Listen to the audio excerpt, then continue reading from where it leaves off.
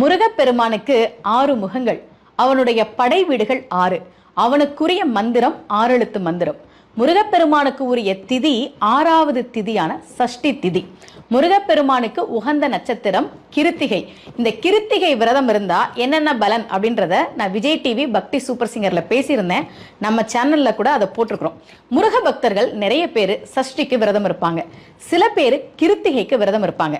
வர செப்டம்பர் 12ஆம் தேதி மாலை 4:30 மணிலிருந்து அடுத்த நாள் செப்டம்பர் 13ஆம் தேதி காலை 11:30 வரைக்கும் முருகப்பெருமானுக்கு உகந்த சஷ்டி திதியும் முருகப்பெருமானுக்கு உகந்த கிருத்திகை நட்சத்திரமும் சேர்ந்து வரக்கூடிய ஒரு சிறப்பான நேரமா இருக்கு. இந்த நேரத்துல முருக பக்தர்கள் கோவிலுக்கு போய் வழிபாடு பண்றது, வீட்டிலேயே சண்முக கவசம், கந்தசஷ்டி கவசம், குமாரஸ்தவம், கந்தர் அலங்காரம் படிக்கிறது, இந்த மாதிரி முருகப்பெருமானை வழிபாடு செய்கிற போது நிச்சயமாக நல்ல பலன்கள் கிடைக்கும்.